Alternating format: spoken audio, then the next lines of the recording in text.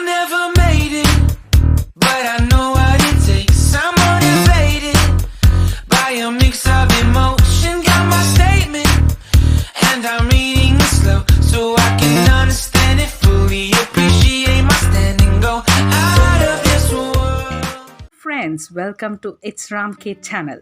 We are going to see an interesting tangy brinjal curry with a quick cabbage fry. Let's quickly see what are the ingredients required to make this tasty and very subtle and beautiful curry. Onions, one whole big onions, 4 green chilies, 2 pulpy tomatoes which are soft and nice, some mustard seeds and cumin seeds for tempering, and this is for a dry roast, 2 tablespoons of coriander seeds and fenugreek, a small piece of jaggery, a very small piece of asafoetida, and few red chili powder and curry leaves. And all these things I'm going to add in tempering. Let me quickly show you. I've taken gingerly oil for this particular dish, and this is a beautiful brinjal. These are very soft. I've slit it into 4. Do not cut it into pieces. When I put my finger in, it just gets inside. It's that tender. I have 1 fist full of tamarind. I've extracted the juice and kept it here. And this is going to be our main ingredient. What am I doing here? I'm adding few chopped onions, tomatoes and green chilies into this tamarind pulp. Once I add into this, I'm going to give it a very quick mix to it.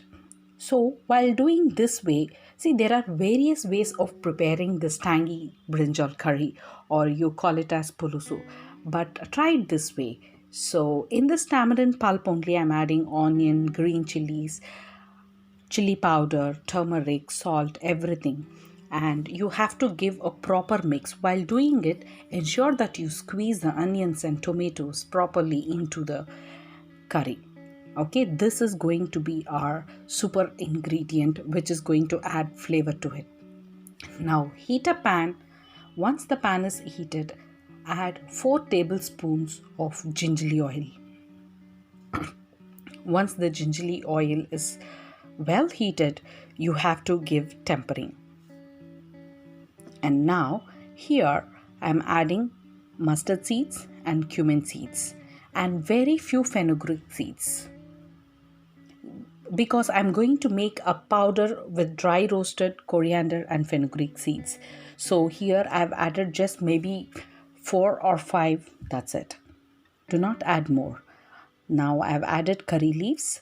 So once the ingredients get a quick fry in the oil, you can have the smell of that gingerly oil. Here I'm adding red chili powder in the oil. Do not worry, it will not be burnt. This is going to add the red color to your beautiful curry. And here I've added asafoetida and the asafoetida. And now once it is fried, I'm putting all the brinjals here. And this has to be properly sauteed with the oil along with the spices.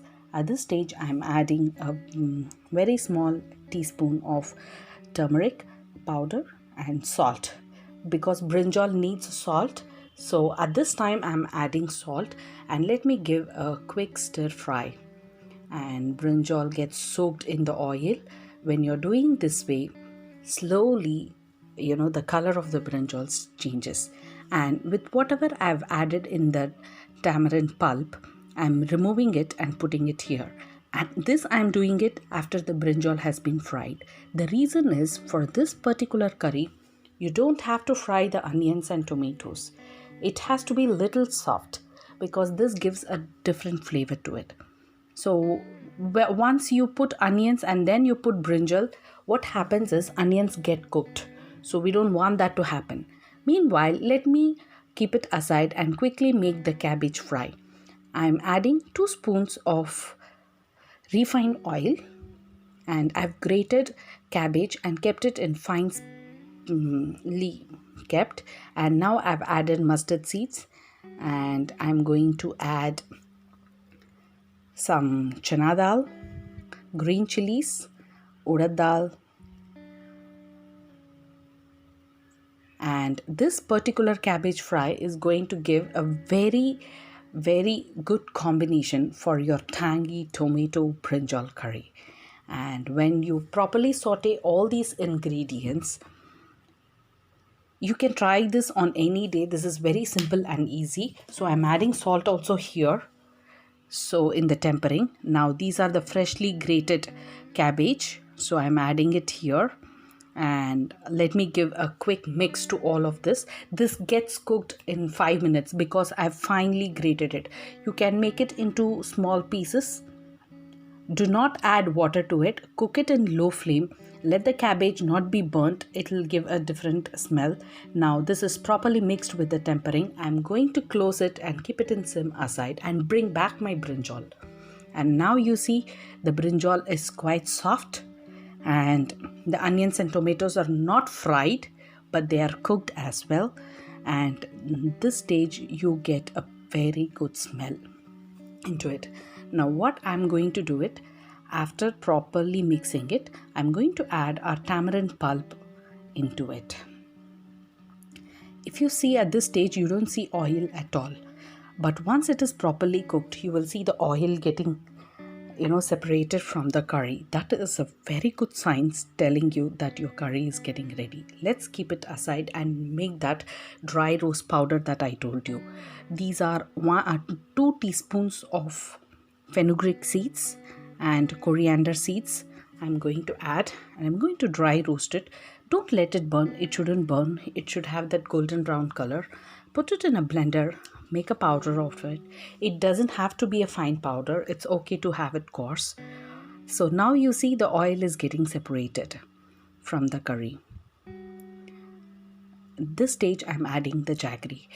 Adding jaggery will enhance it. Now you see the brinjal has been properly cooked. You can take a fork and poke it and check it if it is cooked or not. Now you see the oil has been separated. At this stage, you have to add 2 full teaspoons of this fenugreek and coriander dry roasted powder and garnish it with coriander leaves and turn it off. Here we are ready for plating.